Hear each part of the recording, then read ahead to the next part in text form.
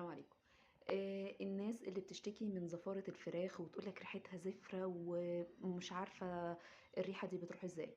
أنتِ بتجيبي الفراخ من الفرارجي، ما بتحطّيهاش في التلاجة على طول، لأ، الأول أنتِ بتغسليها بشوية دقيق وبعد كده عندِك ليمونة اعصريها وادهنيها بيها كده كويس أو شوية ملح، سيبيها تصفّي مَيّتها وبعد كده هتتحط في التلاجة أو الفريزر لمدة 24 ساعة قبل الاستخدام. يعني إحنا ما بنجيبش الفرخة على طول نحطها في الحلة، لأ، بتاخد دورة كده زي ما بيقولوا دورة نضافة قبل ما تستخدميها.